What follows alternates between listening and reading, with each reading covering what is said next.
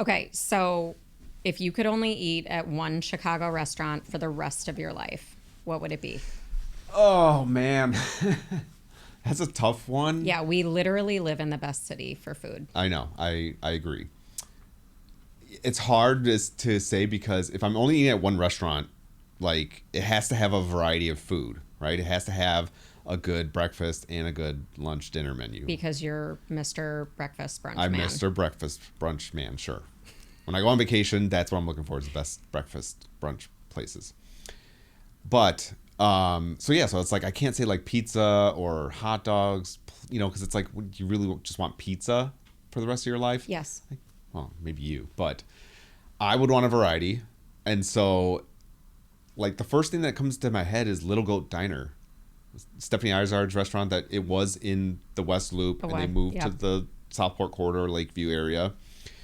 And I think what I like about it so much is that it's so unique, right? The flavors that they put together, the combinations are very unique and not like your standard breakfast or dinner and lunch menu. It's ingredients on a burger that you would never put on a burger. Right.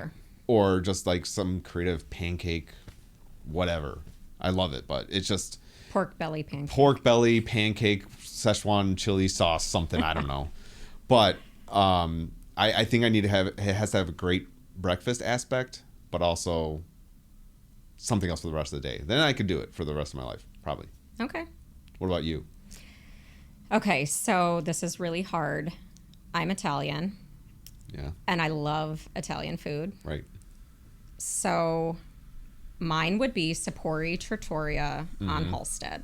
It's been there forever. I used to go there all the time, only because I was living close by. Otherwise, I still want to go there. But I cannot find an Italian pasta dish on their menu that I do not love and would want to steal off of somebody else's plate.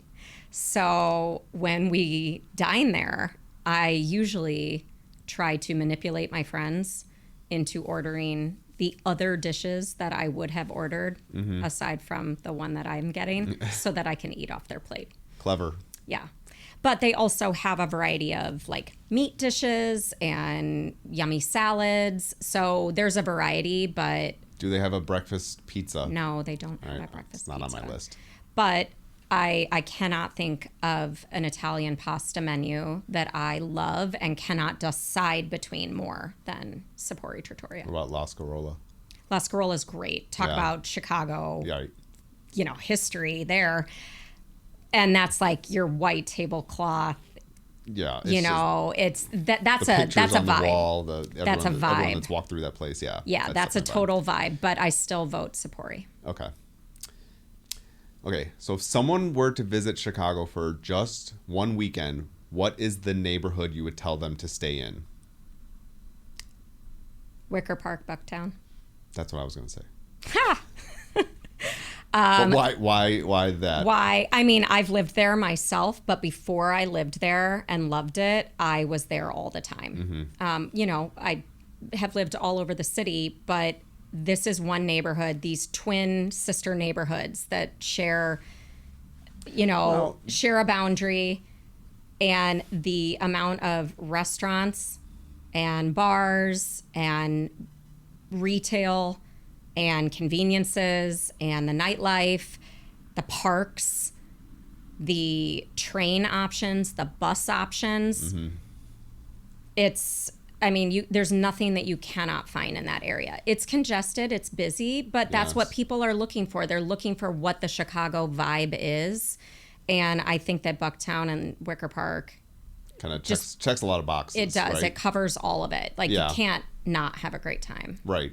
So Wicker Park was the first neighborhood I lived in. We moved there, a few of us from college, in 2006. So it was quite a different scene back then, but it was already kind of up and coming. It was like new restaurants, new retail was like popping up. There were so many things coming to that neighborhood at that time, and there still is. But I really feel like it gives a good overall quintessential Chicago feel. I wouldn't say Bucktown so much. When I think of Bucktown, I think of more living family residential, single family homes. It's quieter, where Wicker Park has all the bars Action. and restaurants, right? Like that stretch of Milwaukee Avenue, there's so much, and all the furniture you could ever ask for, right? The Six Corners is amazing. Not the original Six Corners. Right. Just don't people get arguing about Yeah. what's the real Six Corners in Chicago. Oh, Do you know? I don't. What? It's worked by you. Cicero, Irving Park. Yeah. I didn't know that. Yeah. Yeah. Whoopsies. We learn something new every day. But the six corners of what we're talking about is Damon, Milwaukee, and North Avenue. Yeah. Right. And that's right where I lived. I lived literally a block away from there when I first moved to Chicago. Now, my family is originally from Chicago. I'm a fourth generation Chicagoan. But when I came from college down in U of I, that was your first choice. I mean, it was great. Well, we were going to UIC for grad school. So the blue line going from Wicker Park to the Loop to UIC was just like, it was perfect. Yeah. But I think that Wicker Park would be a great place for people to stay in, because it's not like the downtown Chicago vibe, right? It's when you see the downtown Chicago, yes, you should go there. You should go to the shows. You should go see Mag Mile, Buckingham lake, Fountain, the Bean. right? You should go see all that kind of stuff. But you wouldn't like necessarily stay there. That's not really a Chicago experience. I think you should get out into the neighborhoods, and I think Wicker Park is a really good place to stay because it's fairly close to downtown still, but it has a lot of access to other neighborhoods, right? Yeah. You can get over to like Lincoln Park, you can get up to like Lincoln Square pretty easily, or proximity to the lake as well is not bad. You can easily run to the lake. You go down Ashland straight south and you're in like West Loop or United Center, right? If you're going to go to a Bulls or Blackhawks game. And then take Ashland north and you're in Lincoln Park and Lakeview. Well, yeah. So it's, I don't know, I think it's just a great centrally located option for someone to stay in. Agree. Okay, what is the ultimate Chicago sports memory that you will never forget? And then also, which one would you erase? Ooh, okay. So, I mean, like I said, I've been in Chicago my whole life, right? We grew up in the suburbs. My family's originally from Chicago. They all immigrated over here and settled. And I was 2 years old when the Bears won the Super Bowl, so I don't recall that one. But I do remember where I was at for every other championship by every Chicago team, right? Throughout the 90s, I was generally at home, watching the Bulls win. And it just felt like every year it's like, oh, we're just going to win again because we have Michael Jordan and we never lose, right? And I still remember being at my aunt and uncle's place for I think it was Game 6, the final shot by John Paxson in the 1993 finals. When he made that and they won it was a three-peat. I remember where I was. Like, I remember watching that on TV, which is like kind of crazy. And then, the later three-peat, I remember, always, it was summer. It was always in June. Bulls win the championship. You watch the parade on TV, right? It was just like, oh, this is what we do in the beginning of summer after school. We watch the Bulls championship. So it's kind of funny that's how it happened. But then the White Sox won the World Series for the first time in like 100 years or whatever, when we were both at U of I. We were in college. We were in college. I remember where I was. It was senior year. Clybourne. You were at Clybourne? Yeah. I was at Legends. We watched like every game at Legends. Yeah. My buddy had a White Sox fan club, and we would come up for a couple games during college, but I remember watching all the games there. That was super exciting. And then, I mean, if we're going in order here, the one I would erase was the 2007 Super Bowl with the Bears. Oh, that was tough. Yeah.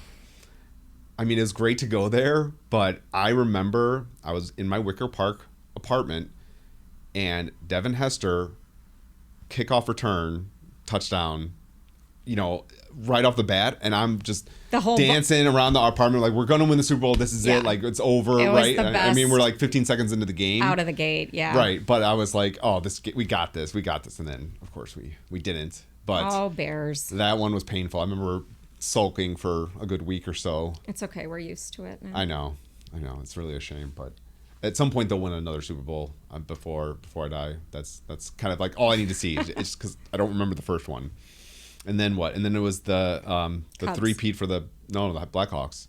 Oh, that was so 10, fun. 13, and 15. That was so fun. Mainly just watching those at bars, right? This was like when we're in our 20s and 30s. No, 20s. man, time flies. Yeah. But yeah, I remember I was like going to bars all the time to watch all those. Yeah. So that was really fun because they were in Chicago, Right. and there were some just intense games. They I ended remember up those. they ended up at the Pony on Belmont late at night. You know how they do their bar crawls? Yeah. And they ended up at the Pony at like 2 or 3 a.m. And I lived so close by, and that was fun. Yeah. And then I remember for the Cubs, I was in Wrigleyville watching it with some friends, but I'm a White Sox fan, so, you know, I don't want to get any like flack for being a White Sox fan, especially right now. They're terrible. But I just always been a White Sox fan, and I was still going to watch the World Series, right? And it's funny because so they were playing the Indians, and I remember that at one point I think the Indians scored and went ahead or something in like Game 7 or whatever it was, and we're all cheering. And we at that point we realized we're like, none of us are Cubs fans. The ones that were watching it, like I was there with, there was like 3 or 4 White Sox fans, like 2 Cardinals fans, and a Giants fan. It doesn't matter though. This is how Chicago comes together. When our teams are making it, everyone kind of comes together. It really. It's like it's hard though. Cause it's like I guess we were rooting against it, which is like I don't want to feel like I'm rooting against my own team, but it's like, you know, it's just you can't help it when you're the opposing team. You know, I'm the White Sox fan, so it's like, but it was still very cool to see Chicago experience that. I know made a lot of people happy, and I was actually there in Wrigleyville when it happened. So, you know, very memorable like throughout, and it's just like we have a great sports city. It's just that right now it's a bit of a drought, you know, but at some point it'll get there. It'll get there again. Yeah.